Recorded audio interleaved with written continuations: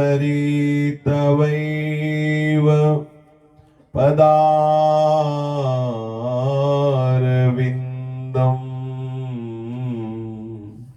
प्रेमामृतैकमकरन्द रसौघपूर्णम्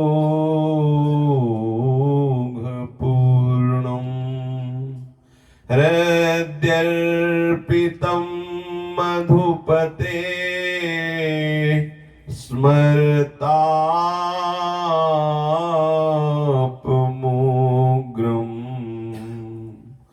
निर्वापयत् परमशीतल माश्रयामि निर्वापयत् परमशीतल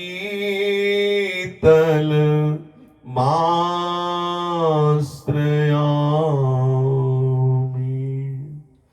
श्रीमद् श्री वृंदावन धाम की जय। श्री वृंदावन श्री वृंदावन श्री वृंदावन श्री वृंदावन प्राण वृंदावन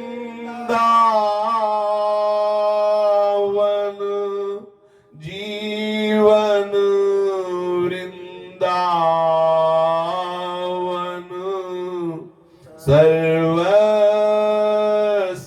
वृंदावन श्री वृंदावन। श्री राधा वल्लभ लाल की जय। भक्तन के शुभ गुण चरित जो सुनी है चितलाए ताके भक्ति बढ़े घनी अरु हरि हो ही सहाय। अजहू सोच विचारी के गही भक्तन पद ओट हरि कृपालु सब पाछिली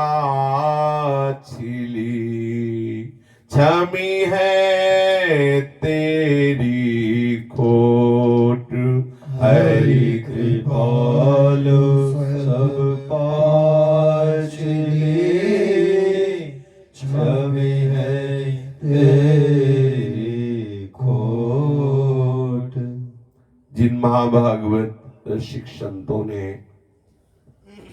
अपना संपूर्ण अंतःकरण श्री श्यामा श्याम के चरणों में अर्पित कर दिया है, जिनके शरीर की संपूर्ण चेष्टाएं शास्त्र विधान के अनुसार होती हैं, अर्थात जिनकी कर्मेंद्रियां और ज्ञानेंद्रियां शास्त्र सिद्धांत के अनुसार वर्ताव करती हैं, जिनका स्वभाव बन गया है श्यामा श्याम के रूप का चिंतन, लीला का चिंतन, नाम का चिंतन, धाम का चिंतन, ऐसे भगवत प्रेमी महात्माओं के हृदय में जो शास्त्र के सारभूत सिद्धांत उदय होते हैं, हम उनका श्रवण करें, उनका मनन करें, उनको अपने आचरण में उतारें।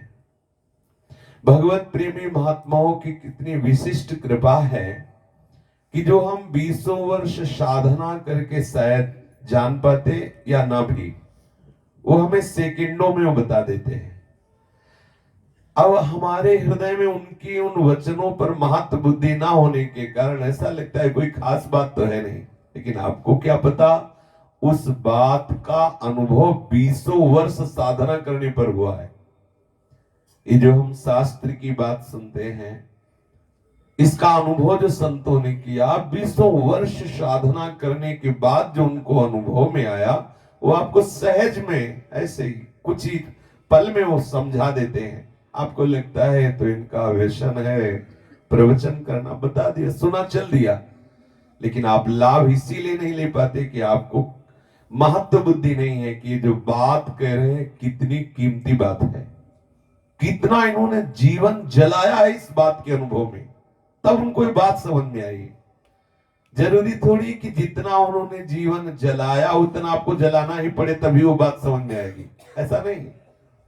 विश्वास की कमी के कारण आप उसे ठीक से समझ नहीं पा रहे हैं। अगर समझ ले तो आपको पीछे दौड़ना नहीं पड़ेगा। वो जो 20 वर्ष उन्होंने साधना की वो तुम्हें नहीं करना पड़ेगा। इसीलिए तो संतों की महिमा गाई जाती है कि उन्होंने अथक वो सामर्थ्य का प्रयोग किया जो हमारे में नहीं है। समस्त इंद्रियों को अंतर्मुख करके बहुत परिश्रम पूर्वक, श्रम पूर्वक इंद्रियों को अंतर्मुख करना कोई साधारण बात नहीं। जो साधक भगवत मार्ग में लगे हैं, देख लीजिए, प्रतिपल विषय का आकर्षण होता है और मन चलाता रहता है। साधक प्रतिपल युद्ध करता रहता है, वो विषय की तरफ आकर्षित करता है, वो बार बार भगवत चरणारविंद की तरफ लगाता है। ये द्वंद्व युद्ध है। कितना क्लेश होता है उस साधक को जब विषय आकर्षण होता है और वो चलना चाहता है भगवत मार्ग में। वो कितना जला है, फिर उसे जो अनुभव हुआ वो आपको बता रहा है। अगर आप विश्वास कर लें तो वो जलन आपको भोगनी नहीं पड़ेगी, आप उसी धरा से ऊपर उठ जाएंगे केवल वचन पर विश्वास करने से। क्योंकि सच्चिदानंद परम तत्व हृदय में विराजमान है। हमारी वृत्ति बहिर्मुख हो गई और विषयों में उस सच्चिदानंद सुख का जो हमारे हृदय में मांग है, हम विषय सुख में उसे खोज रहे, विषय सुख से पाना चाहते। यही मूढ़ता, यही भ्रम, यही अज्ञान है। महापुरुषों ने कहा कि निशिवा सर्वस्तु विचारो करे, सुख साच हिये करुणा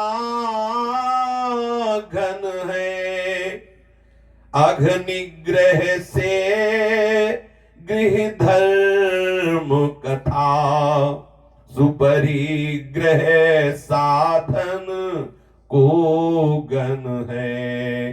निशिवास वस्तु विचारो करे, सुख साच हिये करुणा घन है, अघ निग्रह से ग्रह धर्म कथा, सुपरिग्रह साधन को गन है। कहीं के सब भीतर जोग जगह, अति ऊपर भोगन में तन है, मन हाथ सदा जिनके तिनको बन ही घर है, घर ही बन है। कहीं के सब भीतर जोग जगे, अति ऊपर भोगन में तन है, मन हाथ सदा जिनके तिनको वन ही घर है, घर ही वन है। निशिवासर वस्तु विचारो करे, रात दिन विचार परायण रहे। विचार से दो का पता चलता है, किसे सत कहते हैं, किसे असत कहते हैं। विवेक से विचार प्रकट होता है, सत्संग से विवेक प्रकट होता है, भगवत कृपा से सत्संग मिलता है। भगवत कृपा से प्राप्त सत्संग, सत्संग से प्रकट हुई बुद्धि में विवेक के द्वारा विचार करें कि सार वस्तु क्या है। निश्वासन, रात दिन जहां जहां हमारा मन इंद्रियों के साथ विचरण करता है, हम उसमें विचार करें क्या ये भोग सार है, क्या हमारे मन की ये जो मांग है ये वस्तु मिल जाएगी तो मैं तृप्त हो जाऊंगा, क्या इसके बाद इसकी कोई चाल मन की नहीं होगी, ये कह देगा कि अब कृतकृत्य भयों में, अब मुझे नहीं चाहिए। हर भोग के भोगने के बाद फिर नवीन चाह पैदा होती, इसका मतलब जो मैं चाह रहा था वो वहां नहीं है। तो ये असार बात हुई। सार बात है कि जो मेरी मांग पूरी कर सके, और वो पूरी होगी प्रभु के चरणों में, दूसरा कोई उपाय नहीं है। जिस सुख की हमारी मांग है, जब से सृष्टि हुई तब से अब तक हम भ्रमित हो रहे हैं इन्हीं भोगों में, लेकिन आज तक मुझे नहीं मिला। विचार करो इस बात को, देखो ना, क्यों देखते हुए भी अंधे बन रहे हो, सुनते हुए भी बहरे बन रहे हो, ज्ञान होते हुए भी क्यों अज्ञानी की तरह अपने इस जन्म को नष्ट कर रहे हो। देख रहे हो तुम वो मरा तो तुम्हारा भी तो नंबर है, देख रहे हो कि ये भोगा लेकिन कोई सार नहीं, फिर भ्रम, फिर भोगो, फिर भोग लिया, फिर भ्रम, कब तक। विचार करो, निश्वासर वस्तु विचारो करो, रात दिन वस्तु का विचार करो। सार क्या है इस जगत में? श्यामा श्याम के श्री चरणों का चिंतन, श्यामा श्याम का नाम, श्यामा श्याम का रूप, श्यामा श्याम की लीला गायन श्रवण चिंतन, यही सार है। श्रवण कथन सुमिरन परतीत यह जो कृपा हरिवंश की।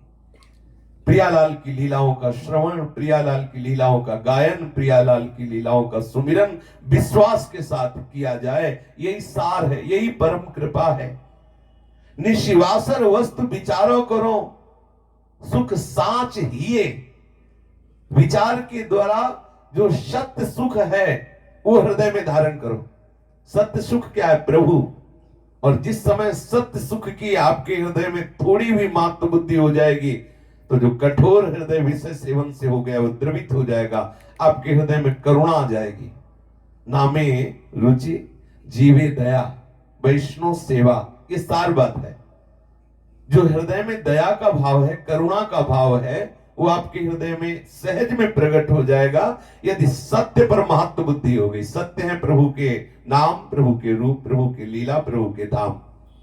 सत्य वस्तु रात दिन विचारते रहो। हृदय की मांग सच्चिदानंद सुख है, वो केवल प्रभु में है, ऐसा दृढ़ निश्चय कर लो तो तुम्हारा हृदय द्रवित होने लगेगा। विषयों के सेवन से हृदय कठोर हो जाता है, स्वसुख वांछा से हृदय कठोर हो जाता है, भगवत चिंतन से सुख देने की भावना हृदय में जागृत होती है, और उसी से हृदय इतना द्रवित हो जाता है कि महापुरुषों ने अपनी सदगति रोक दी, लेकिन जिसके ऊपर करुणा कर दी उसे सदगति प्रदान कर दी।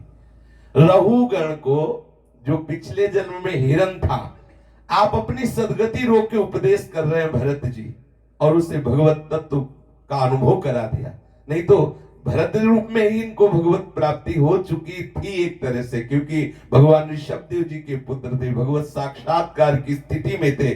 थोड़ा सा केवल आकर्षण हुआ और चित्त वृत्ति चूक गई, अगला जन्म हिरण का हुआ। फिर देखो, हिरण के जन्म के बाद तत्काल बोध संपन्न महापुरुष के रूप में प्रकट हुई। यह है करुणा।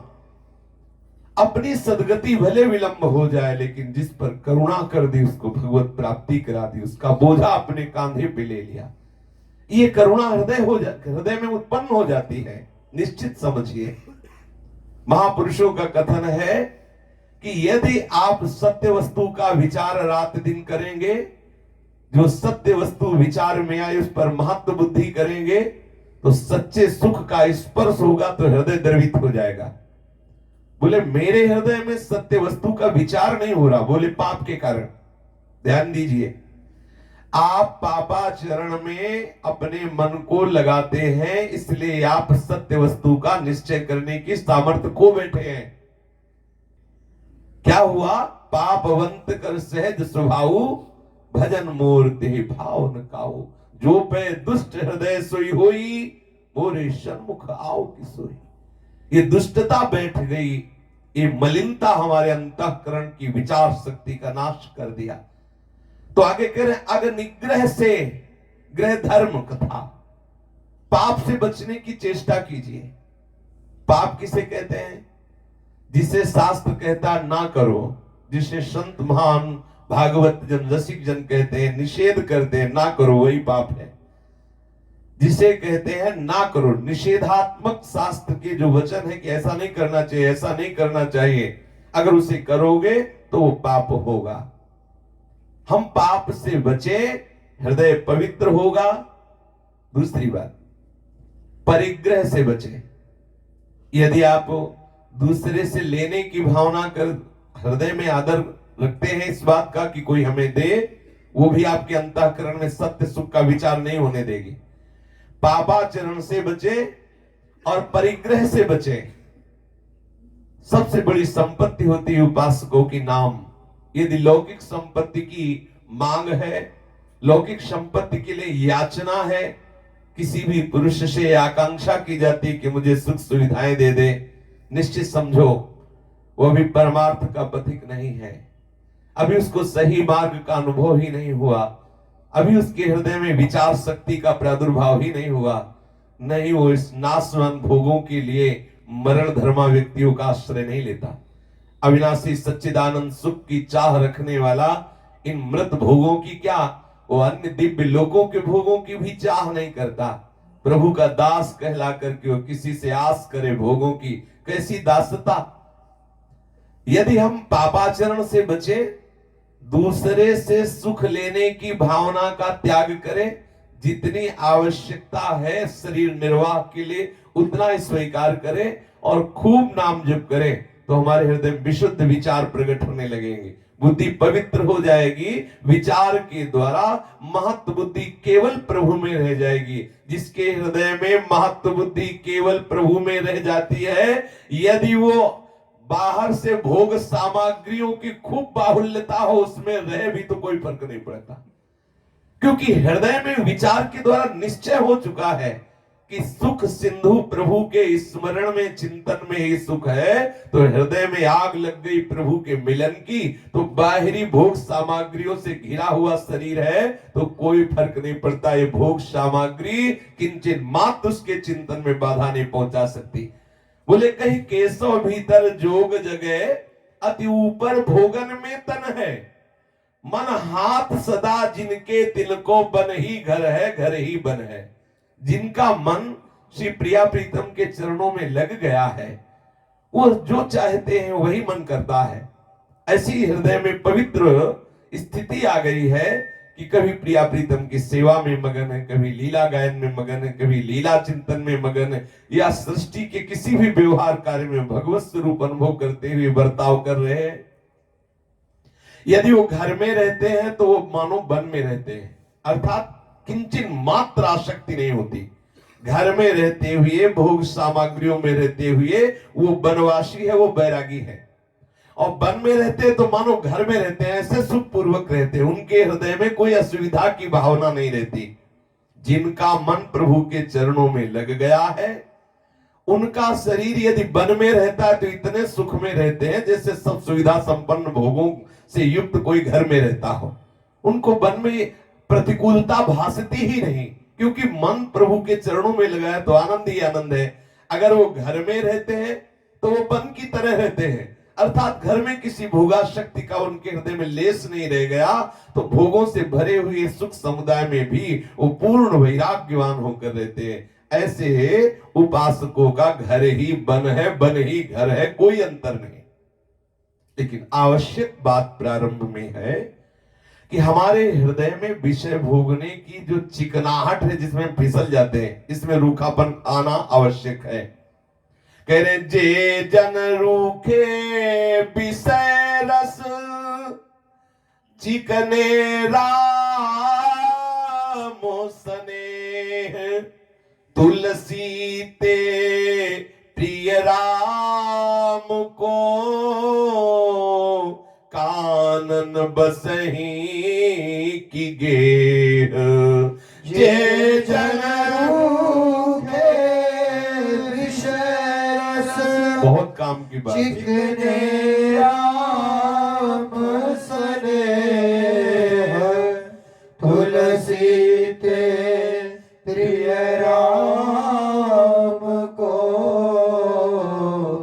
कानन बसई की गे।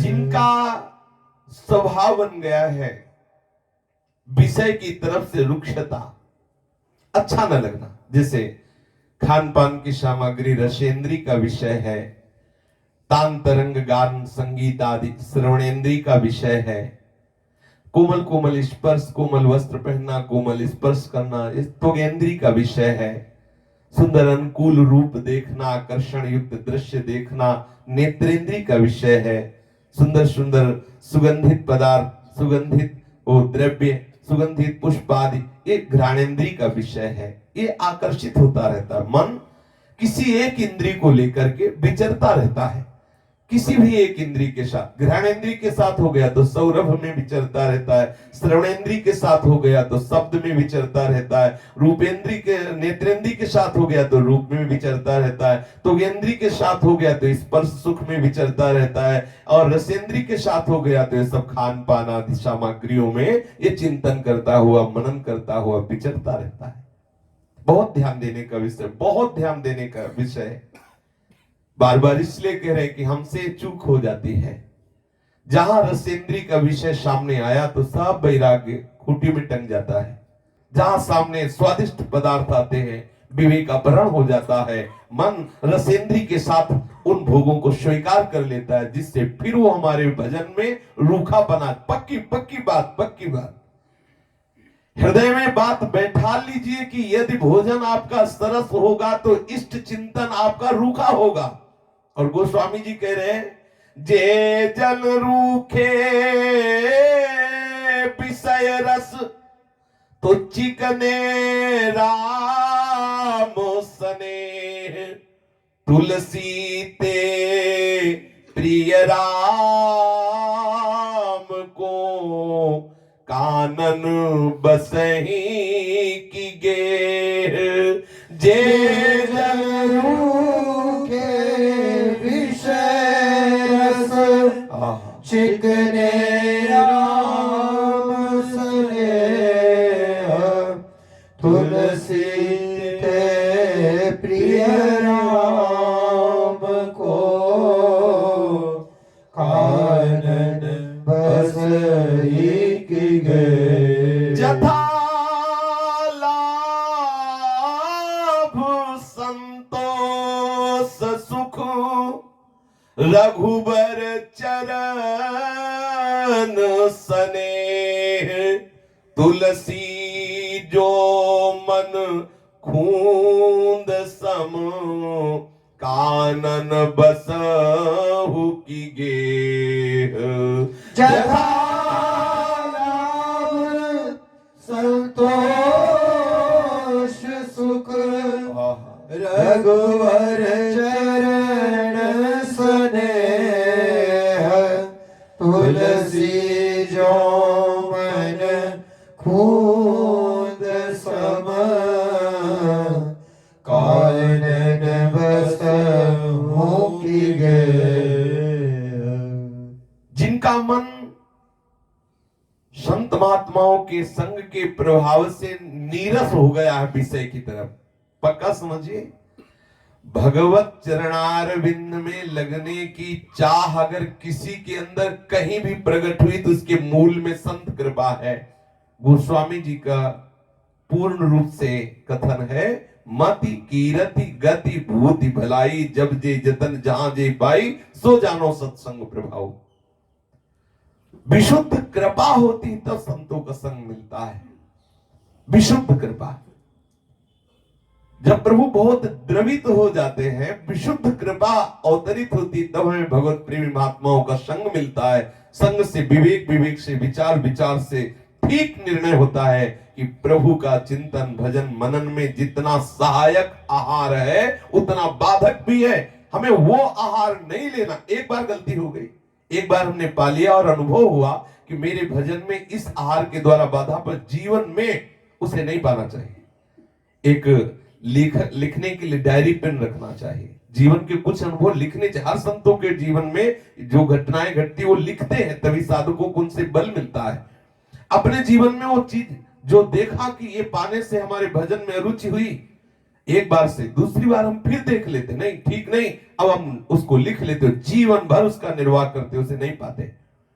यदि हमारी रसेंद्री चिकने सरस स्नेह भाव से भोगों को स्वीकार करती रहेगी तो प्रभु की तरफ से पूरी रूखी रहेगी, जीवन व्यतीत हो जाएगा। व्यतीत हो रहा है, अभी हम प्रभु की तरफ चिकने नहीं हो पाए। और यहां कह रहे हैं चिकने राम स्नेह, क्योंकि इधर से कोई हमें स्वाद की वृत्ति ही नहीं है। मलिन अंतःकरण, लगता है चलो भाई भगवत कृपा बैठ गए, लेकिन हमारी रति है भोगों में। ये बहुत पकड़ने की बात है। हमारे हृदय में नीरसता आ जाए। कैसे हम जाने कि नीरसता आ गई? अच्छे से अच्छे शब्द स्पर्श रूप रसगंध का संयोग होने पर हमें हर्ष ना हो, ऐसा ना लगे कि कोई खास बात है। ठीक है, प्यास लगी पानी पी लेते हैं, भूख लगा है उचित जो जथा लाभ, गोस्वामी जी कह रहे जथा लाभ संतोष सुख रघुवर चरण स्नेह। प्रभु के चरणों में स्नेह है और कहीं हमारा स्नेह नहीं। जथा लाभ, जैसा प्रभु ने विधान रच दिया उसके अनुसार हम शरीर संचालन के लिए कपड़ा पहन लिए, भोग प्रसाद पा लिए, जैसे बना वैसे हमारा जीवन कट रहा है। लेकिन आंतरिक चिंतन वृत्ति पूर्ण रूप से प्रभु के चरणों में स्नेह युक्त है। प्रभु के चरणों में रस का अनुभव करने की लालसा है। मन को भोगों से वो नीरस हो रहा है। ऐसा चाहे वन में रहे चाहे घर में रहे, कोई फर्क नहीं पड़ता। अगर हम वन में हैं और भोगों के रस की चाह है तो क्या बनवास। आप देखो क्या बनवास। घर में है और चाह प्रभु के चरणों की तो क्या घर, उसके लिए घर क्या बिगाड़ सकता है। अगर भोगों की चाह है तो क्या वन में रहने से क्या बन जाएगा। और घर में रह रहा है, प्रभु के चरणों में स्नेह है तो क्या बिगाड़ सकता है उसका घर। जथा लाभ संतोष सुख रघुवर चरण स्नेह, तुलसी जो मन खूंद सम। खूंद सम, जो घोड़ा है एक ही जगह ऐसे टाप चलाता रहता है, उसको कहते हैं खूंद, एक ही जगह। ऐसे यदि हमारा मन खूंद के समय, मन रूपी घोड़ा केवल नाम में, प्रभु के रूप में, प्रभु के चरणों में, प्रभु की लीला में उतना ही है। वो बार बार नाम जब, बार बार लीला में, बार बार चरणों का चिंतन, फिर क्या उसके लिए, चाहे वो घर में रहे चाहे वन में रहे। वन में रहे तो उसको किसी भी तरह की कोई भोग की आवश्यकता नहीं, महान सुखद है। घर में रहे तो उसके लिए पूर्ण वैराग्य है, वन की तरह वास है, कोई आसक्ति घर के सुख अनुकूलता में नहीं, क्योंकि उसका मन अनुकूल प्रतिकूल में है ही नहीं। वो तो खूंद के समान प्रभु के चरणों में लग गया है। जैसे घोड़ा बार बार एक ही जगह, ऐसे ही हमारा मन रूपी अश्व बार बार प्रभु के चरणों का चिंतन, बार बार प्रभु के नाम का, रूप का, लीला, इतने में ही कूदता रहे। ठाड़े बैठे परे उताना कबीर का हम रहे ठिकाना। हमारी मना स्थिति केवल प्रभु के चरणारविंद में हो। यदि हृदय में भक्ति आ गई तो हमारा जीवन बिल्कुल, ये समझ लीजिए, कृतार्थ हो गया। अब हमें और कोई साधन करने की जरूरत नहीं। और यदि भक्ति नहीं आई तो जितने भी साधन है उनका कोई महत्व नहीं रहा, पक्का समझ लीजिए। और भक्ति हृदय में आने के पहले जो महामहिमा में संयोग होता है वो प्रमाणित करता है कि प्रभु मिलने वाले हैं। यदि भगवत प्रेमी महात्मा का संयोग मिल जाए तो समझ लेना कि प्रभु आ रहे हैं। उनका पार्षद मिल गया, वो दूर नहीं है। प्रभु जानते हो भक्तों की रसेंद्री से पाते हैं, प्रभु भक्तों की वाणी से अपने वचन बुलवाते हैं, प्रभु भक्तों की दृष्टि से देखते हैं, प्रभु भक्तों की भुजाओं से हृदय से लगाते हैं, प्रभु भक्तों के वचनों से आश्वासन देते, तू निर्भय हो जा, मैं हूं ना। तो ये मत समझो कि कोई पांच भौतिक शरीर बोल रहा है, वही सच्चिदानंद परम तत्व आपको आश्रय दे रहा है। आप हृदय से स्वीकार कर लीजिए। भक्तिवंत अति नीच प्राणी, प्रभु कह रहे मोहि प्राण प्रिय असीम बानी। भक्तिवंत अति नीच प्राणी, मोहि प्राण प्रिय असीम भक्तिहीन बिरंची की न होई, सब जीवहु समो प्रिय मोहि सोई।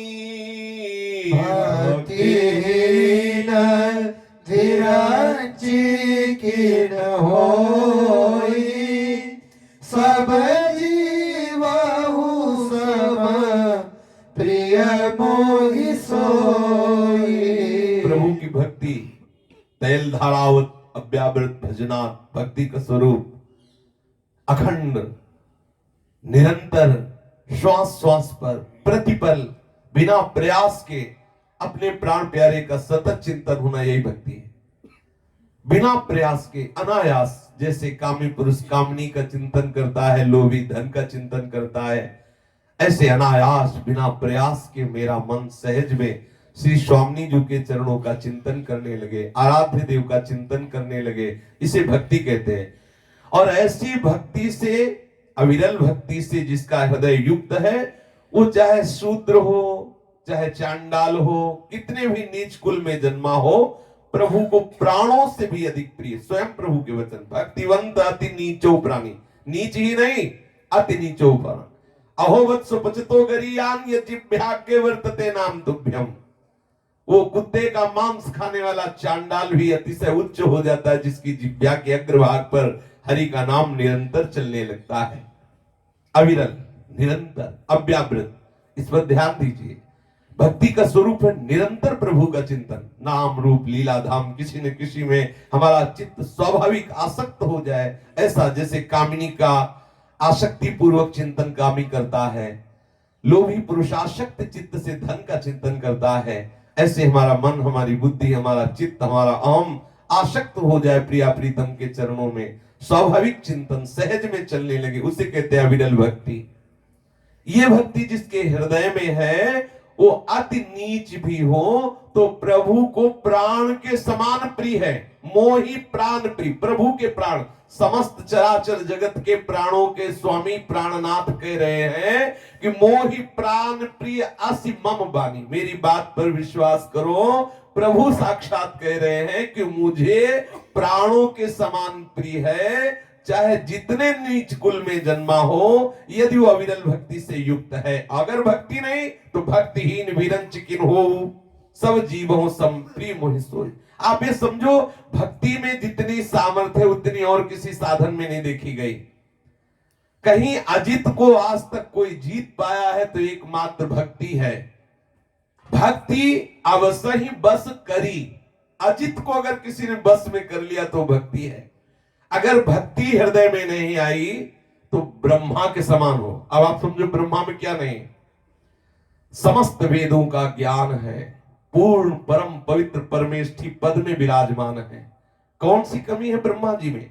और यहां प्रभु कह रहे ब्रह्मा के समान हो तो मुझे कोई खास नहीं है। भक्तिहीन विरंच किन होई, सब जीवों सम प्रिय मोहि सोई।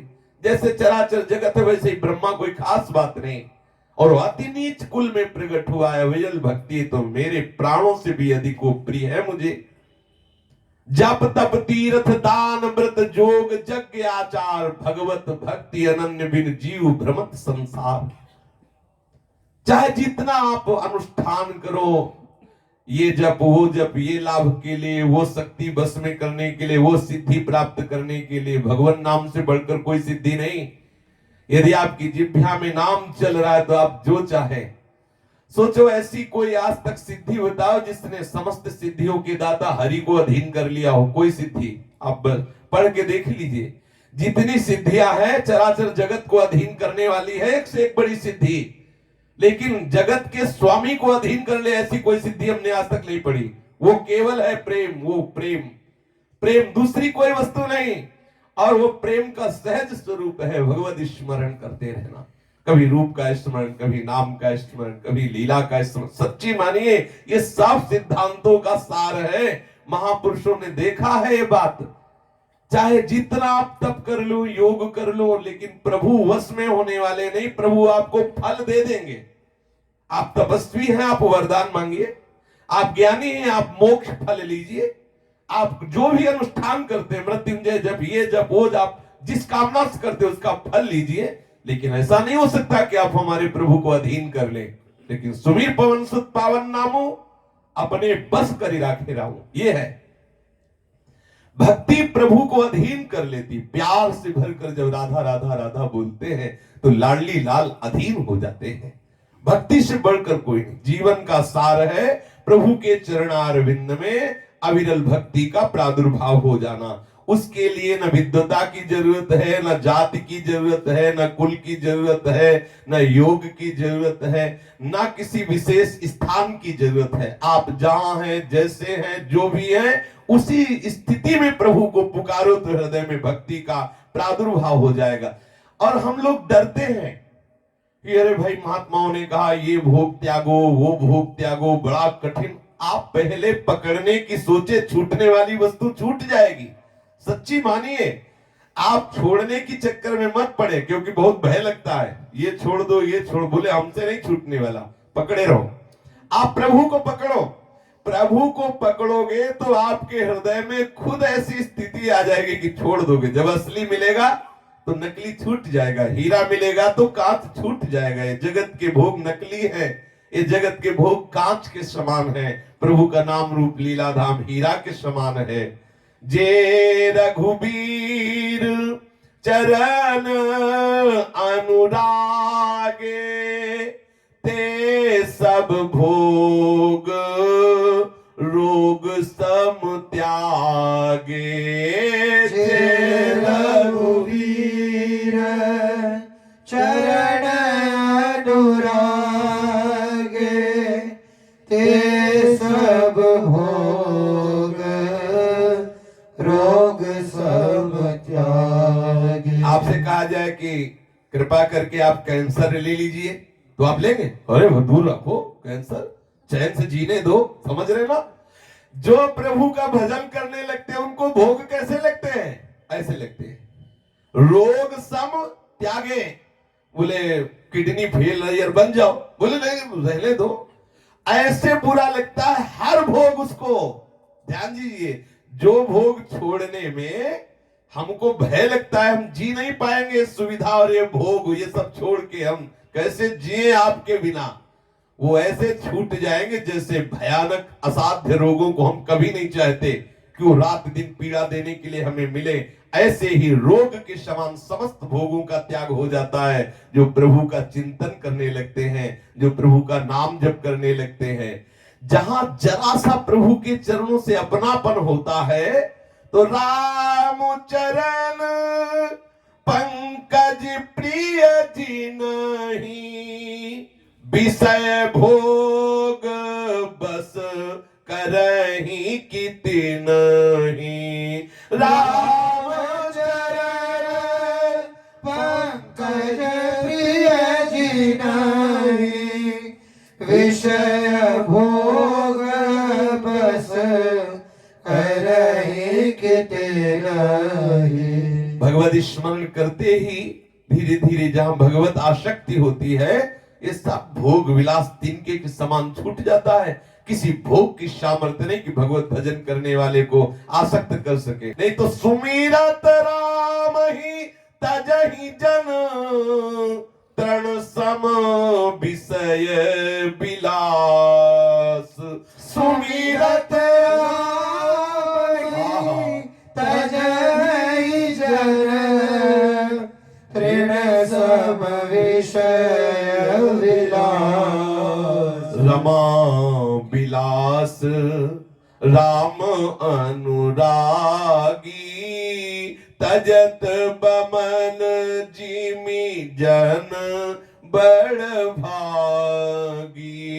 रमा विलास राम अनुरागी, तजत बमन जिमि जन बड़ भागी। प्रभु का जो सुमिरन करते, गोस्वामी जी कह रहे हैं, प्रभु का जो सुमिरन करते तिनके के समान बड़े से बड़े विषय को त्याग देते हैं। जैसे कोई बमन को देखना भी नहीं चाहता। ऐसे बड़भागी जन जो प्रभु का सुमिरन करते रहते हैं, उनके लिए ब्रह्मा के भोग सब बमन के समान लगने लगते हैं। मृत्यु लोक के भोगों की तो बात जाने दो। अरे जिसे भगवत स्मरण रूपी रस का चस्का लग गया, वो खली समझते हो ना, खली जिसका तेल निकल गया है सरसों की, वो खली, वो कोई खली नहीं खाना चाहेगा। बिहारी देव जी कह रहे, श्री बिहारी दास रस मस्त दे तेन विषय खर खाए। अरे जो भगवान नाम रूप लीला रूपी रस में मस्त है, वो ये सूखी खली काहे को चबाएंगे जिसमें तनिक भी रस नहीं है। कहा ब्रह्म पीयूष मधुर शीतल जो पैमन सो रस पावे, तो कत मृग जल रूप विषय कारण निशिवासर धावे। ब्रह्म पीयूष मधुर शीतल जो पैमन सोरस पावे, तो कत मृग जल रूप विषय कारण निशिवासर धावे। यदि ये ब्रह्मानंद का सार श्री प्रिया प्रीतम के चरणारविंद का लीलामृत नामामृत चरणामृत रूपामृत रसामृत पान करने को मिल रहा हो, तो उसका मन झूठे जैसे मृग देखता है सुबह तो किरण पड़ने पर बालू में निर्मल जल दिखाई देता, भागता है वहां जल नहीं। क्या झूठे मृग मरीचिका जनित संसार के भोगों में उस भक्त का मन जाएगा? सच्ची मानिए, केवल नाटक हो रहा है, भक्ति नहीं हो रही। यदि विषय भोगों की प्रबल लालसा, संसार के भोगों में सत्यत्व महत्व सुख बुद्धि, तो या तो अभी अभी प्रारंभ हुआ है इसलिए विवश होके मन जा रहा है, नहीं तो जो भजन परायण है उसका मन विषय सुख की तरफ नहीं भागेगा, नहीं भागेगा, क्योंकि अद्भुत आनंद का अनुभव भजन। यदि नहीं हो रहा तो धैर्य रखना, उधर जाना मत। बहुत जन्म हो गए उधर भागते भागते, अभी तक एक बूंद नहीं मिला, क्योंकि है ही नहीं। जैसे सूर्य की किरणें पड़ने पर सूखी बालू में निर्मल अथाह जल का भान होने लगता है, ऐसे ही इस माया का प्रभाव ऐसा हमारी बुद्धि में ये सब स्पर्श रूप रस जो हमारे अंदर की मांग है सुख की, वो यही है, बिल्कुल नहीं है। बहुत जन्म व्यतीत हो गए, अब धोखे में मत रहना। हमें प्रभु के नाम रूप लीला धाम का जो महा अमृत सुख प्राप्त होगा, ये सुख यहाँ हम ढूंढते रहेंगे, कदापि नहीं मिलेगा। इसलिए हिम्मत करके अब हमको ये जन्म बर्बाद नहीं करना। महापुरुषों ने कहा एक बार आप थोड़ा सा हट कर लीजिए, नहीं देखना संसार तेरी तरफ। ऐसी झलक ठाकुर जी दिखाएंगे कि अखियन इहाई टेव परी, अखियन इहाई टेव परी। कहा करो बारिज मुख ऊपर, कहा करो बारिज मुख ऊपर। लागती ज्यों भ्रमरी, लागत जो भ्रमरी। अखियन इहई टेव परी, अखियन इहई टेव परी। थोड़े दिन हिम्मत कर लीजिए, हमारे अंदर विषय आकर्षण होता रहे, उसे सहते रहे। प्रार्थना मान लीजिए, यमहीन व्यथिन्ते ते पुरुषम पुरुषर्षभ सम दुख सुखाधीरम स्वमृतत्वाय कल्पते। जो इस आए हुए विषय आकर्षण को सह जाता है, वही परम पद पर आरूढ़ होता है, वही भगवत प्राप्ति के योग्य होता है। ये हर हृदय को खींच रहे हैं, ऐसा नहीं कि किसी के हृदय में आकर्षण, सबके हृदय में विषय प्रीता, सबके हृदय में विषय आकर्षण, सबके हृदय में विषय भोगने की चाह। लेकिन इसी चाह, इसी आकर्षण, इसी व्यथा को जो सह गया वही महात्मा, जो टूट गया वही विषयी। सह जाओ, ये जन्म सहने के लिए मिला है। बड़े भाग्यशाली हैं जिनको रास्ता मिल गया परमार्थ का। अब मत टूटना, चाहे जितना कष्ट लगे, चुपचाप सह जाना। इतना आनंद में एक एक कष्ट का हमारे ठाकुर तुम्हें हिसाब देंगे, ध्यान रखना। अभी आपको जो जलन लग रही ना, इतना सुख देंगे कि रो पड़ोगे। इतना आनंद मिलेगा कि नाच पड़ोगे। आप मत समझना कि मैं जल रहा हूं, मुझे कोई देख नहीं रहा, मेरा प्रीतम इसका हिसाब देगा। आपके एक एक बूंद आंसुओं का हिसाब देगा, आपके एक एक मिनट के चिंतन का हिसाब देगा, आपके एक एक वृत्ति के जलन का हिसाब देगा। बस आप रुके रहना, विषय सेवन के लिए मत भागना। ऐसा आकर्षण होगा कि नेत्रों में फिर और कुछ दिखाई ही नहीं देगा और कुछ सुहाई नहीं देगा। ये सच्ची बात कह रहा हूं। नेत्रों की आदत ऐसी पड़ जाती है उपासकों की कि जिधर दृष्टि डालता है अपने प्रीतम का ही मुख दिखाई देता है। जैसे भ्रमरी केवल कमल के ऊपर ही मंडराती रहती है, ऐसे नेत्रेंद्रिय रूपी भ्रमरी हरि के श्री चरण कमल, हरि के श्री मुख कमल, प्रिया के चरण कमल, प्रिया के मुख कमल, बस इतने में ही भ्रमण करती रहेगी। और ये जिधर देखेगी केवल यही दिखाई देंगे, दूसरा कोई दिखाई ही नहीं देगा, क्योंकि दूसरे की कोई सत्ता ही नहीं है। विश्वास मानिए, कितना महान सुख उस उपासक को होता है जिसके नेत्रों के सामने उसके आराध्य देव होते हैं। कैसा अनुभव होता है जिस समय आराध्य देव का हृदय में अनुभव होता है कि मेरे प्रभु पधारे हो। ये अंदर अनुभव होता है। जानते हो कैसा सुख होता है? थोड़ी सी बात झलक में आप अनुभव कर सकते हैं। बोले पावा परम तत्व जनु जोगी, अमृत लह्यो जनु संतत रोगी। पावा परम तत्व जनु जोगी, अमृत लह्यो जनु संतत रोगी। जन्म रंक जनु पारस पावा, अंधहि लोचन लाभ सुहावा। जन्म रंक जनु पारस पावा, अंधहि लोचन लाभ सुहावा। मूक बदन जनु सारद छाई, मानहु समर सुर जय पाई। मूक बदन जनु सारद छाई, मानहु समर सुर जय पाई। यही सुख ते सतकोटि गुण, पावहि मातु आनंद। यही सुख ते सतकोटि गुण, पावहि मातु आनंद।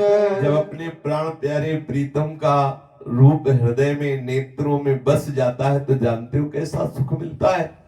बोले जैसे किसी योगी को तत्वबोध हो जाए। आहा, जीवित तत्वबोध होता है, आत्मस्वरूप का बोध होता है, अखंडानंद की समुद्र में डूब जाता है वो।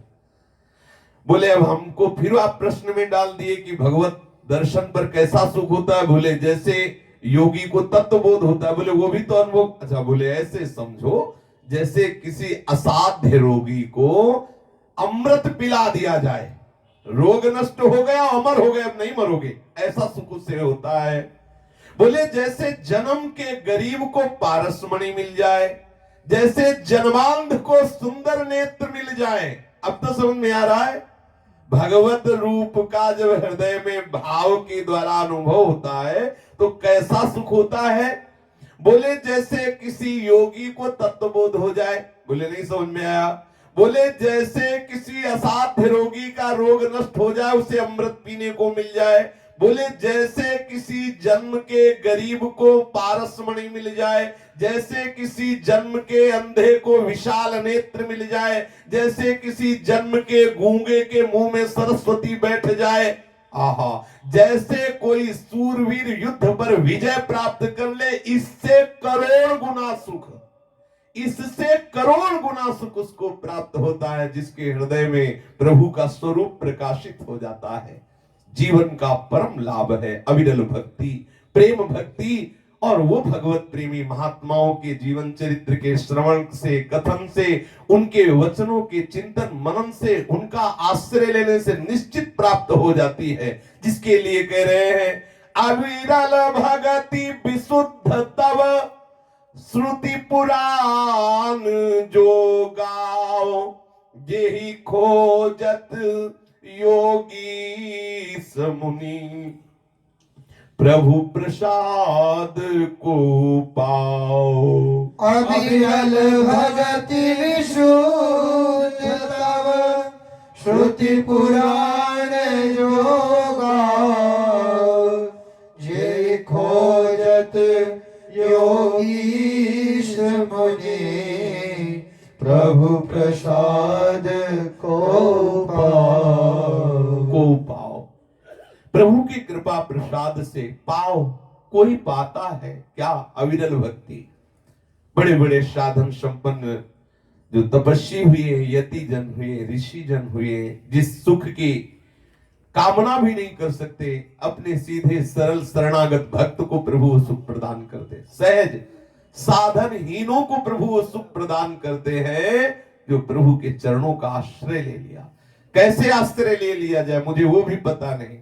बोले वो कृपा करके संतों के रूप में मिल जाते हैं और वो आश्रय बता देते हैं। ऐसे आश्रय अविरल भगति विशुद्ध तव श्रुति पुराण जो गाओ, यही खोजत जोगीश मुनि प्रभु प्रसाद को पाओ। कोई भगवत कृपा पात्र जन भगवत प्रेमी महात्माओं के संग के प्रभाव से अविरल भक्ति को प्राप्त करते हैं। पूज्य श्री राधा बाबा के पावन चरित्र का कथन श्रवण करते हैं। प्रसंग चल रहा है पूज्य बाबा और भाई जी महाराज और 600 यात्री साथ में तीर्थ यात्रा के लिए जो ट्रेन है उसी ट्रेन से चल रहे हैं।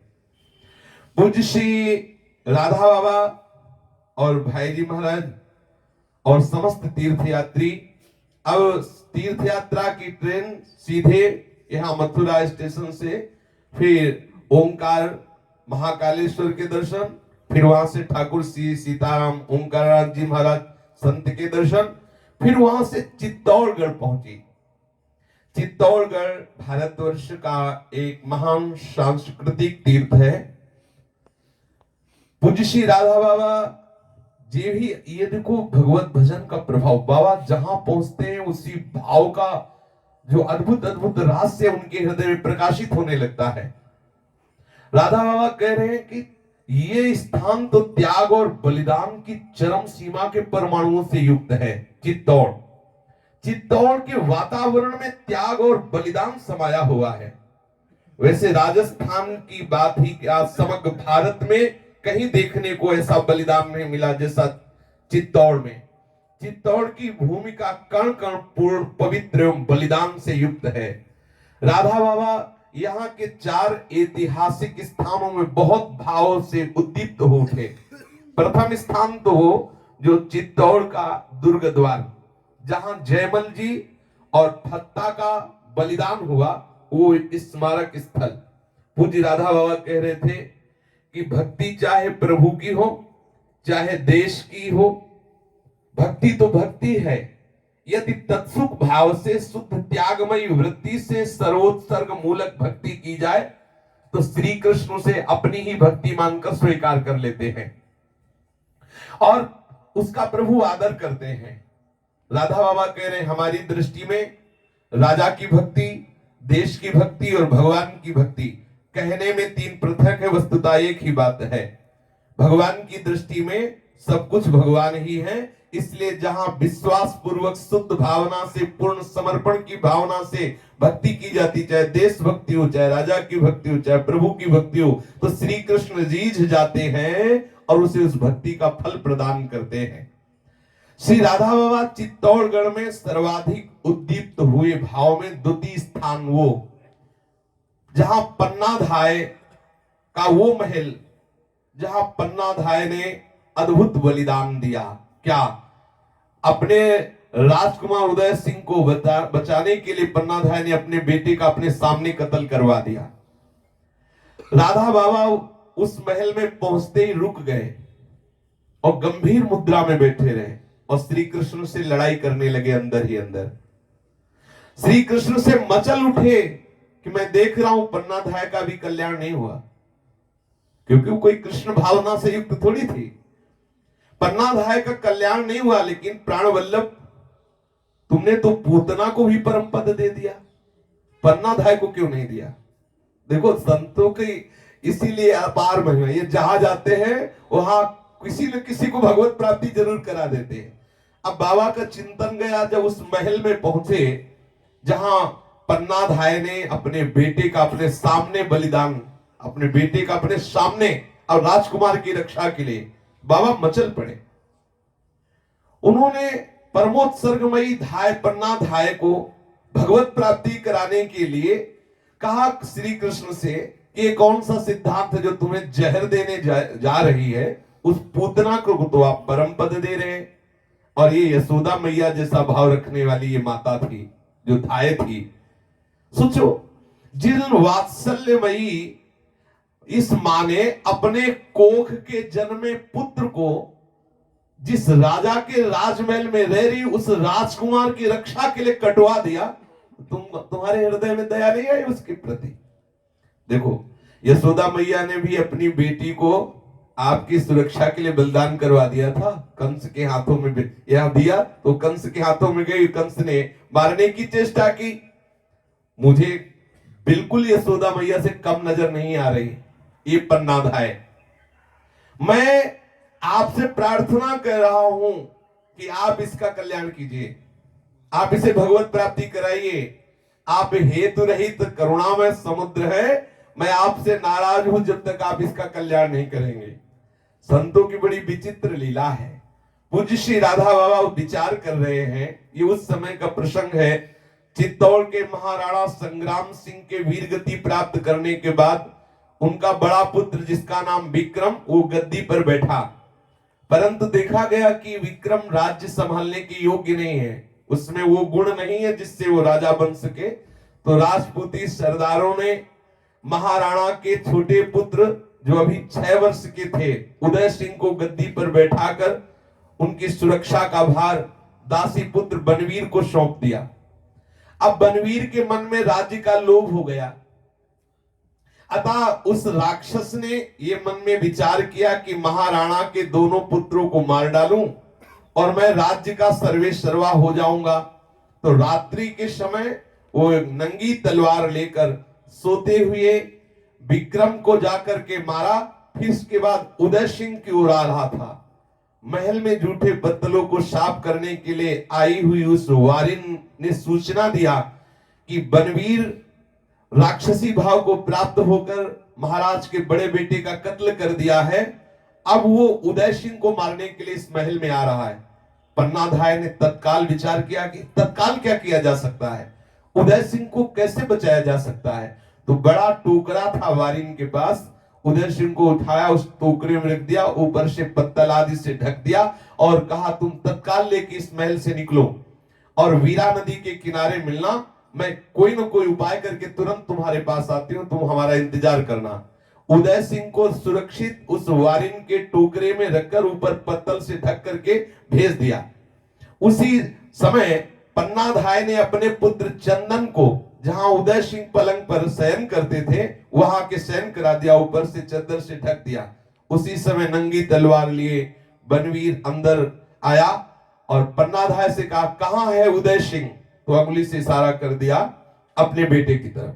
देखो अभी ये है कैसे धर्म रक्षा के लिए बलिदान देना स्वभाव था पहले के व्यक्तियों में। आप सोचो, अरे राजकुमार मरेगा मेरा बेटा तो बचेगा, लेकिन देखो कैसे धर्म से युक्त है। अगर उनको धाय पदवी मिली है तो अपने बेटे का बलिदान करके भी उस पदवी की रक्षा कर रहे हैं। धाय मां से भी बढ़कर होती है, मां ने तो जन्म दे दिया लेकिन धाय उसका पालन करती है, पूर्णतः अपनी मनोवृत्ति के द्वारा उसका पोषण करती है।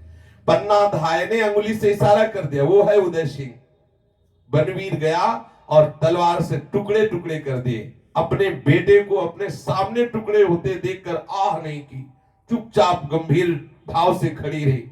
धर्मनिष्ठ धाय ने उठ तक नहीं किया।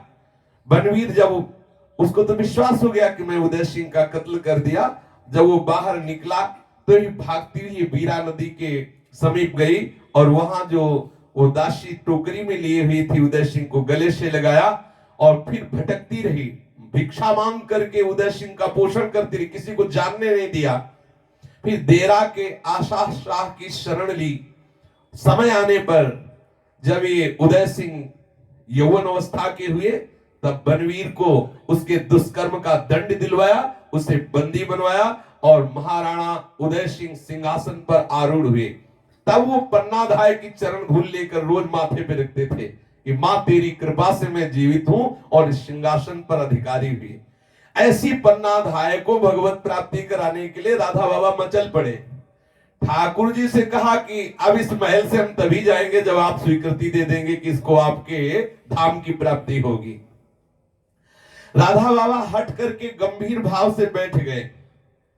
अब थोड़ी ही देर में भगवान की अहेतुकी कृपा से दृश्य दिखाई दिया। देखो तत्काल होता है, तत्काल पास होता है, ये नहीं कि जन्म होगा फिर साधना होगी फिर वो भगवत प्राप्ति, ऐसा नहीं। जो भगवत प्रेमी महात्मा उनके अधीन ठाकुर जी है, जैसा कहते हैं वैसे ही दस्तखत करवा लेते हैं और उनके दस्तखत में देर थोड़ी लगती, तत्काल। बहुत दिन हो गए ऐसा बलिदान करने वाली पन्नाधाय को अभी तक सदगति नहीं मिली। हट करके राधा बाबा विवाद कर बैठे ठाकुर जी से कि आप करुणा के समुद्र हो, आपको इसकी वो सदगति जो एक सदमाता को मिलनी चाहिए जरूर मिलनी चाहिए। तुरंत बाबा के सामने एक दृश्य उपस्थित हुआ। देखा कि पद्म राग रचित पालना है, पालने में श्री लालजू महाराज हैं और यशोदा मैया धीरे धीरे पालना डुला रहे हैं और राधा बाबा बैठे देख रहे हैं कि श्याम सुंदर उस पालने पे झूल रहे, यशोदा मैया झुला रही और एक नई दासी खंभे की आड़ से देख रही है। तो राधा बाबा ने गौर से देखा कि ये नई दासी कौन है, तो श्री कृष्ण ने इशारा किया ये पन्नाधाय है। कहां सदगति मिली? उसी भाव की। ब्रजेश्वरी यशोदा जी के घर में ही दासी भाव से श्री कृष्ण को दुलार करने का सौभाग्य, ये सेवा दिलवा दी। श्री लाल बिहारी झूला में झूल रहे, यशोदा मैया झुला रही और पन्नाधाय दासी बनी हुई एक खंभे की ओट लेकर के ये लीला देख रही। बाबा ने देखा कि वो पन्नाधाय ही यशोदा मैया की महल की नित्य दासी बन गई। बाबा बहुत प्रसन्न हुए, आनंदित हुए, श्री कृष्ण के चरणों में बार बार प्रणाम किया कि प्रीतम आपसे यही आशा थी, आप ऐसा ही करेंगे। चित्त को चिन्मय भाव में डुबाने वाला तीसरा स्थान चित्तौड़ में देखा, वो जौहर स्थल जहां महारानी पद्मिनी के आदेश से हंसते हंसते 32,000 बधुएं एक साथ जल गई। उस समय शायद मिलेच्छों का राज्य था, तो मिलेच्छों का कहीं स्पर्श न हो जाए इस बात से महारानी पद्मिनी जी ने जितने भी 9 वधुएं थी सबको इशारा किया, सब हमारे साथ आओ, और आग लगवाई गई और मैं महारानी सहित सब 9 वधुएं एक साथ आग में कूद गई। आग में झुलस करके मर जाना, जल के मर जाना उचित है, लेकिन म्लेच्छ हमारे शरीर को जीते जी छू जाए ये उचित नहीं है। धधकती हुई अग्नि की ज्वाला में इन समस्त 9 वधुओं ने अपने जीवन का उत्सर्ग कर दिया। बाबा फिर वहां गए, बैठ गए, बोलो आप ही तो सब पतियों के रूप में हो, ऐसा पातिव्रत धर्म की आपके लिए अपने प्राण त्याग दिए और सैकड़ों वर्ष हो गए इस इतिहास को हुए और ये आपकी लीला में पहुंची नहीं। मुझे यहां से भी तभी चलेंगे जब जितनी ये सती हुई है ये सब आपकी लीला में पहुंचे। अनुसुईया जैसी सतियों के संकल्प से आप 6-6 महीने के बालक बन सकते हो और इनमें क्या कमी हुई? ये इसीलिए तो जली कि कोई पर पुरुष इनका स्पर्श न कर सके और ये अभी सृष्टि चक्र में ही है। नहीं नहीं, इनका आदर कौन करेगा यदि आप आदर नहीं करोगे? इन पावन स्त्रियों का अनादिकालीन माया भ्रम का नाश होना चाहिए जो ऐसी पातिव्रत धर्म से निष्ठा से युक्त है। श्री कृष्ण बोल उठे, अरे बाबा जी कितनों को परम पद दिलाओगे? श्री कृष्ण बोल उठे, हे मुंडित केश साधु महाराज, तुम कितनों को भगवत प्राप्ति कराओगे? तो राधा बाबा ने कहा आपकी शक्ति में एक शब्द लगता है अनंत शक्ति, मतलब कोई गणना नहीं है। तो भैया आप हमसे गणना क्यों पूछ रहे हैं? आपके आगे एक लगता है अनंत, अनंत शक्तिशाली, अनंत, हमसे गणना क्यों पूछ रहे? तुम्हारी रुचि ही मेरी रुचि है, मेरी रुचि ही आपकी रुचि है। मैं तो ये मानता हूं कि इनके कल्याण की आपकी रुचि, आप में रुचि आ गई इसलिए मेरे हृदय में बात आई। नहीं हम कब चित्तौड़ आना चाहते थे, आप ही तो लाए हो। तो ये देखो महापुरुष अगर आए हैं यहां तो ये सब भगवत प्राप्त होगी। ऐसे ही महात्माओं से, ऐसे ही महात्माओं की चरण धूल से जगत पावन होता। देखो कितनी दुर्लभ भगवत प्राप्ति वैसे ही बांट रहे हैं। ये राधा बाबा ने स्पष्ट देखा कि उसी जौहर कुंड से जली हुई असंख्य सती स्त्रियों के अंगों का दुर्धर्ष तेज मानो असंख्यों सूर्य प्रकट हो गए हो, सब चिन्मय गोपी रूप हो करके, क्योंकि सब नौ की सूर्य बधू सब जली थी, सब ज्योति पुंज तेजों में गोपी रूप धारण किया। और देखा सब उस कुंड से निकल रही, और देखा आकाश में स्थित है महा मरकत मणि द्युति प्रकाश करने वाले श्री कृष्ण, और वो सब ज्योतियां श्री कृष्ण में जाकर के लीन हो रही, अर्थात सब गोपी स्वरूप होकर श्री कृष्ण के रास में सम्मिलित हुई। एक अनिर्वचनीय अवस्था हो गई। राधा बाबा का शरीर कांपने लगा, ऐसा देख करके कि इतने कृपालु प्रभु, उनका शरीर कांपने लगा। महामरकत तिथि श्री कृष्ण अत्यंत निकट में आकर राधा बाबा से प्रेम भरे वचनों से बोले कि मेरा सब खेल अब केवल तुम्हारी रुचि के अनुरूप होगा। ये है अधीन। देखो अधीन भजन का प्रभाव देख लो, प्रभु क्या करे, ये कोई आश्चर्य की बात नहीं है। अब मेरा सब खेल आपकी रुचि के अनुसार होगा। पहला चतुराशी जी की पद की पंक्ति है, जोई जोई प्यारो करे सोई मोहि भावे। दूसरी है भावे मोहि जोई सोई सोई करे। ये स्थिति भावे मोहि जोई, अब जो मुझे रुच रहा है वही प्रीतम कर रहे हैं। उस जौहर भूमि को धन्य करते हुए, अर्थात जितनी भी सतियां हुई थी सबको श्री कृष्ण की प्राप्ति करा के देखा बाबा ने कि सब भुजाएं डाले हुए श्री कृष्ण की ग्रीवा में, श्री कृष्ण उनकी ग्रीवा में, और मंद मंद चलते हुए हर उस नववधु को गोपी रूप में श्री कृष्ण आलिंगन किए हुए देखा। बाबा महा आनंदित हो रहे और कह रहे हे प्रीतम, हे प्राण वल्लभ, आपके अधरों का ये सुंदर मुस्कुराता हुआ स्वरूप देखकर मेरा हृदय आनंदित हो रहा है। तो श्री कृष्ण नजदीक बोल रहे हैं कि बाबा ये मेरा विनोद, ये मेरा विनोद, ये मेरा स्वभाव, ये मेरी सुलभ क्रिया आपसे ही है, आपसे ही। कितना प्रभु अधीन हो जाते, कितना अधीन हो जाते हैं। प्रत्यक्ष देख लो ये प्रेम की दशा। जिन्होंने अपना जीवन प्रभु को समर्पित कर दिया, भजन परायण, उनका कल्याण हो जाता है, ये बात अलग। वो कितनों का कल्याण, सतर दिशा लोकांतारित, ये नारद जी की बात जो भक्ति सूत्र में है, ये बाबा सिद्ध करके दिखा रहे हैं। पूज्य श्री राधा बाबा का जो रसोच्छलित करने वाला चौथा स्थल था, पहला जो प्रधान द्वार पर जयमल जी और फत्ता की समाधि, और जो दूसरा स्थल था पन्नाधाय का, और तीसरा इन महामहिमामयी सतियों का, और चौथा मीराबाई जी का वो महल जहां गिरधर गोपाल विराजते थे, जहां मीरा जी के साथ विक्रम राणा बहुत प्रतिकूल व्यवहार करता था। उसको देखते ही राधा बाबा के आंखों में अश्रु आ गए कि यही मीरा जी विराजती थी, यही मीरा जी के साथ ऐसा अत्याचार होता था, लेकिन उनकी भक्ति में कोई फर्क नहीं पड़ा। बाबा के आंखों में आंसू आने लगे और वो बोले कि देखो यही मीरा को राणा ने विष भेजा था, वो जानते हुए कि ये विष है, तनिक भी हिचकी नहीं, क्योंकि उसने कहा है गिरधर का चरणामृत है, पी गई, और वो चरणामृत का भाव लेकर पीने वाली मीरा के ऊपर तनिक भी विष कोई प्रभाव न कर पाया, वो अमृत हो गया। इसी चित्तौड़ में भक्त रानी श्री रत्नावती जी का भी निवास था, जिसके मारने के लिए मान सिंह और माधव सिंह ने शेर छोड़ा था। उन रत्नावती ने शेर को नृसिंह रूप से पूजा की थी, ऐसा राधा बाबा अपने परिकर को बता रहे। ये महान भाग्यवती जो भक्त भूप रानियां हैं उनके ये महल हैं। बाबा बार बार वहां प्रणाम कर रहे हैं।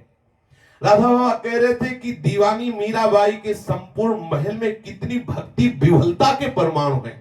बाबा देख रहे थे तो राधा बाबा को उस महल में दिखाई दिया भक्त विह्वल मीरा जी के वो परमाणु कि आप भक्ति विकल कर देने वाली परमाणुओं से युक्त है। भाव विभोर हो रहे हैं। बाबा को वही अनुभव होने लगा कि वो महल नहीं, वो नवीन नवीन पल्लवों से शोभित वृंदावन है। दिव्याति दिव्य मनोहर मनोहर मुरली बजाते हुए श्याम सुंदर नौ किशोर इस महल में विराजमान, ऐसा बाबा को दिखाई दे रहा है। बाबा ने फिर पूछा कि जो ये ठाकुर दिखाई दे रहे हैं ये मीरा जी के ही है? तो चित्तौड़गढ़ के प्रशासनिक अधिकारियों ने बताया कि ये मीराबाई के परमाराध्य गिरधर गोपाल ही जो है उनकी ये स्वरूप झांकी है। जो असली गिरधर गोपाल हैं वो प्रशासकीय अधिकारियों की सुरक्षा में वहां सबको जाने नहीं दिया जाता।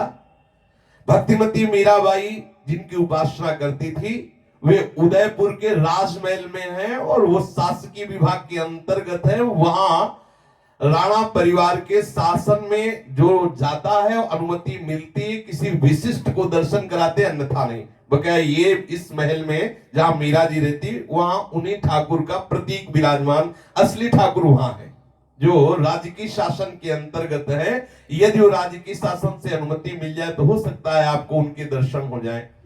इस समय राधा बाबा को भक्त बांके बिहारी भटनागर नाम के एक भक्त थे जिनकी स्मृति हो आई, जिन्होंने वृंदावन में भक्तमती मीरा के प्रत्यक्ष दर्शन किए थे। भक्त बांके बिहारी जी ने जब मीराबाई से भाई जी महाराज की आध्यात्मिक स्थिति के विषय में प्रश्न पूछा तो मीराबाई ने उनसे यही कहा था कि श्री पोद्दार जी महाराज का सूक्ष्म शरीर क्रमशः अब इस समय वो राधा भाव से भावित होकर राधा स्वरूप में लीन हो गए, अर्थात भाई जी के अंतर में और किशोरी जी में कोई अंतर नहीं रह गया। वो अंतर स्वरूप पहले गोपी भाव में प्रकट हुए, फिर गोपी भाव में इतनी कृष्ण तन्मयता हुई कि बाबा को अनुभव हुआ राधा बाबा को कि साक्षात श्याम सुंदर है। फिर और भाव बढ़ा तो श्री किशोरी जी के भाव से भावित, राधा भाव भावित भाई जी को श्री मीरा जी ने बताया। जो बांके बिहारी भक्त भटनागर नाम के थे उनको जब मीरा जी का दर्शन हुआ तो मीरा जी से पूछा कि हनुमान प्रसाद पोद्दार जी भाई जी महाराज की स्थिति क्या है? तब उन्होंने कहा इस समय भाई जी महाराज में और प्रियाजू में कोई अंतर नहीं, क्योंकि प्रियाजू के राधा भाव में स्थित हो चुके हैं। राधा बाबा कह रहे हैं कि शताधिक वर्ष हो गए, 100 से भी अधिक वर्ष हो गए, किंतु मीरा जी की भक्ति का प्रभाव चित्तौड़ के धरातल को अब भी वैसे ही प्लावित कर रहा है। भक्ति की विलक्षण महिमा कैसी विशुद्ध है, अगाध है एवं अपरिसीम है। राधा बाबा एवं श्री पोद्दार जी महाराज यात्रा ट्रेन में चित्तौड़गंज से फिर उदयपुर जाने वाले ही थे। दूसरे दिवस उनका मुकाम उदयपुर ही था। प्रशासकीय अधिकारियों के सौहार्द से, सहयोग से बात बन गई। श्री भाई जी महाराज के साथ राधा बाबा को उदयपुर के राजमहल में जो मीरा जी का असली सी विग्रह था वहां पहुंचाया गया। श्री चिम्मनलाल गोस्वामी जी, श्री वल्लभलाल जी गोस्वामी जी और कुछ गणमान्य निजजन लोग वहां पहुंचे। राजकीय विभाग ने आदेश कर दिया कि आप मीरा जी के ठाकुर के दर्शन कर सकते हैं। श्री राधा बाबा तो जो ही वहां गए और उस स्वरूप को देखा तो विकल हो गए। राधा बाबा की दशा बदल गई। जो मीरा जी के सेव्य ठाकुर थे, अब राधा बाबा के सामने विग्रह नहीं था, साक्षात रस माधुरी प्रकाशित करने वाले गिरधर गोपाल खड़े थे। अद्भुत नीलिमा उनके श्रीअंग से प्रकाशित हो रही थी। मीरा जी के यही प्राणाराध थे। राधा बाबा के हृदय पर मीरा जी के ये पद प्रकट हो रहे हैं। बाबा गुनगुनाने लगे, मोहन प्यारा आजो म्यारे देश,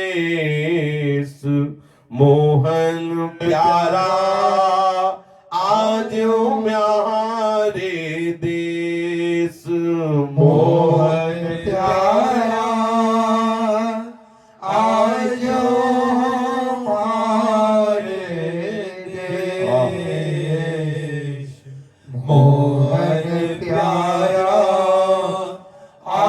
जो म्यारे दे।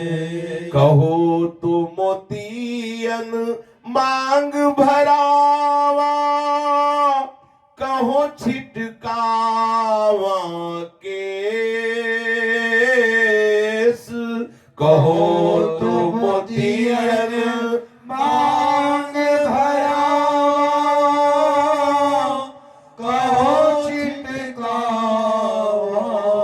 केस। कहो कसुम्भी सारी पहिरो, कहो तो भगवा भेष। कहो कसुभी सारी पहरा, कहो तो भगवा भेष। मोहन प्यारा आजो म्यारे देश। मोहन प्यारा आजो म्यारे देश। मोहन प्यारा जय हो। आजो म्यारे देश। मोहन प्यारा आजो म्यारे देश। आवा आवा कह गया प्रीतम, कर गया कौल अनेक। आवा कह गया प्रीतम, कर गया कौन अनेक। गिनता गिनता घिस गई म्यारी आंगुलियां दीरेक। गिनता गिनता घिस गई म्यारी आंगलियां रे। आवा आवा कह गया प्रीतम, कर गया कौल अनेक। गिनता गिनता घिस गई म्यारी आंगुलियां रीरेक।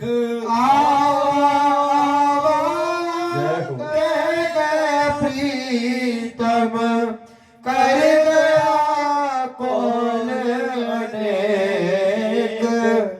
गिनता गिनता घिस गई मारी आंगलियां रे। मोहन प्यारा आजो म्यारे देश। मोहन प्यारा आजो म्यारे देश। मोहन प्यारा आजो म्यारे देश। मोहन प्यारा आजो म्यारे देश। श्री मीरा जी के ठाकुर के दर्शन करते ही राधा बाबा विकल हो रहे। मीरा जी का एक पद गा रहे हैं। मीरा जी इस पद में कह रहे हैं, प्यारे श्याम सुंदर आज तो आ जाओ। आप कह रहे थे आ जाएंगे, देखो आपको जैसा लगेगा मैं वैसा श्रृंगार करके आपका इंतजार कर रही हूं, जैसा आपको कहो तो मैं अभी मोतियों से अपनी मांग भर लूं। यदि आपको ऐसा पसंद नहीं तो अभी मैं अपने बालों को फैला लूं, छिटका करके केश ऐसे जैसे फकीरों के होते हैं। कहो तो मैं सुंदर कसूबी साड़ी पहनकर श्रृंगार करके बैठ जाऊं, या आपकी रुचि हो तो मैं भगवा वेश सन्यासियों का धारण कर लूं। पर प्रीतम आप कह गए थे मैं आऊंगा, आपने वचन दिया था। आवा आवा कह गया प्रीतम, कर गया कौल, अनेक बार आपने कहा था। और यहां मैं रोज गिन रही हूं, मेरी अंगुलियों की रेख घिस गई गिनते गिनते, लेकिन अभी तक आप आए नहीं। आ जाओ हे मोहन प्यारे आ जाओ, मैं तुम्हारे लिए तड़प रही हूं। बाबा के आंखों से आंसू चल रहे थे और बड़े भाव से पद सुना रहे थे मीरा जी का श्री गिरधर को। बाबा की नेत्रें एकदम स्थिर हो गई। बाबा को ऐसा सब देखने वालों ने देखा कि एकदम पलक झपना बंद, अश्रुओं की धार चल रही।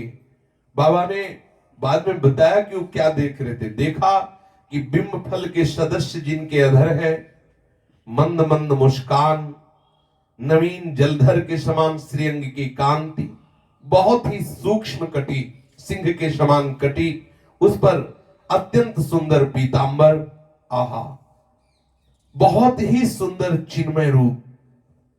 यद्यपि बाबा देख रहे मूर्ति को, पर अब मूर्ति सामने नहीं, साक्षात मीरा के आराध्य गिरधर वो दिखाई दे रहे हैं। मधुर सुंदर मतवाली झूमती चाल, सी चरणों में बजते हुए नूपुर, नवरत्न कांची विभूषित कटि प्रदेश, कांची में रुंझुन रुंझुन शब्द हो रहा है। गले में बहुत ही सुंदर नवीन बनमाला, पूर्ण शशधर जैसे सुंदर मुख पर सुंदर घुंघराली अलके।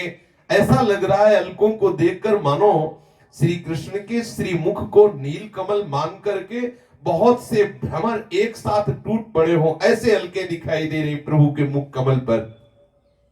भाई जी महाराज एवं राधा बाबा दोनों के नेत्रों से आंसू चल रहे हैं मीरा जी के गिरधर को देख करके, और दोनों अपने अपने भाव देश में डूबते चले जा रहे हैं। मीरा जी के ऐसे परमाणु वहां कि दोनों महापुरुषों का हृदय विकल हो रहा है प्रभु को देखकर। बार बार जैसे जैसे विग्रह को देख रहे वैसे वैसे उनका चित्त आकर्षित होता जा रहा है। इस प्रकार राधा बाबा एवं श्री भाई जी महाराज अपने अपने भाव सिंधु में लहराते हुए भरे नयनों से उस विग्रह के सामने बहुत देर बैठने पर भी प्रणाम किया और प्रभु से विदा ली। उन विभूतियों के राजमहल के अंतःपुर में पधारने का निमंत्रण आया। श्री भाई जी महाराज का बीकानेर राजमाता श्रीमती सुदर्शना देवी जी से तो राखी बंद धर्म भाई का नाता था, किंतु उदयपुर राज्य परिवार से उनका कोई विशेष संबंध नहीं था। राणा वंश की वंदनीय माता बहनों की ओर से प्रार्थना आई कि पूज्य श्री राधा बाबा एवं भाई जी महाराज कृपा करके महल अवश्य पधारे, एवं राधा बाबा और भाई जी उनके आग्रह पर गए, क्योंकि ये सब भक्तमती रानियां थी। महारानी का आग्रह आने पर राधा बाबा भाई जी अंदर गए। वहां उनके लिए दूध फल मेवा अर्पित किया गया, पर राधा बाबा तो अपने नियम के दृढ़ निष्ठा का निर्वाह करने वाले थे और एक बार भिक्षा पाते थे, दोबारा कुछ रखते ही नहीं थे जिह्वा पर। कैसे कैसे कठोर नियम थे, जो पाना है एक बार पाना है और ठीक नियत समय पे पाना है।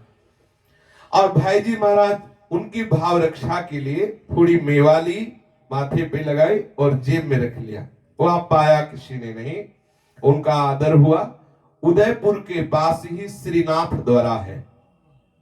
उदयपुर से सीधे नाथ द्वारा श्रीनाथ जी के दर्शन की योजना बनी। वहीं श्रीनाथ जी के दर्शनोपरांत श्री राधा बाबा को भिक्षा करनी थी। बाबा ने कहा भिक्षा तभी करेंगे श्रीनाथ जी के दर्शन होने के बाद। श्री चिमन लाल गोस्वामी जी और जो निज जन थे वो ठाकुर सेवा और प्रसाद श्री राधा बाबा के लिए तैयार करने के लिए पहले से ही जाने की चेष्टा की, और ये हुआ कि मोटर गाड़ियों से चलकर पहले श्रीनाथ जी के दर्शन होंगे, फिर भिक्षा, और श्रीनाथ जी के अगले दिन दर्शन। श्री राधा वल्लभ लाल की जय जय श्यामा, जय जय श्याम, जय जय श्री वृंदावन धाम। जय जय श्यामा, जय जय श्याम, जय जय श्री वृंदावन धाम। पावन राधे तेरा नाम, पावन राधे तेरा नाम, पावन राधे तेरा नाम, पावन राधे तेरा नाम,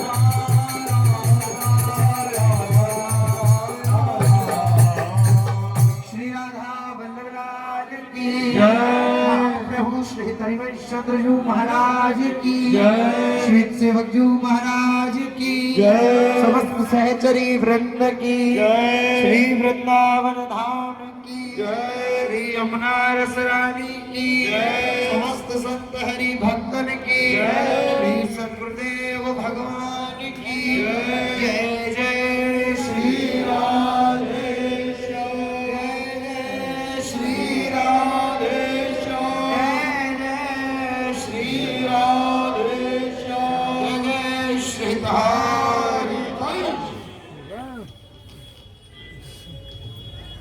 संत भगवान की जय हो, संत भगवान की जय हो, संत भगवान की जय हो, संत भगवान की जय हो, जय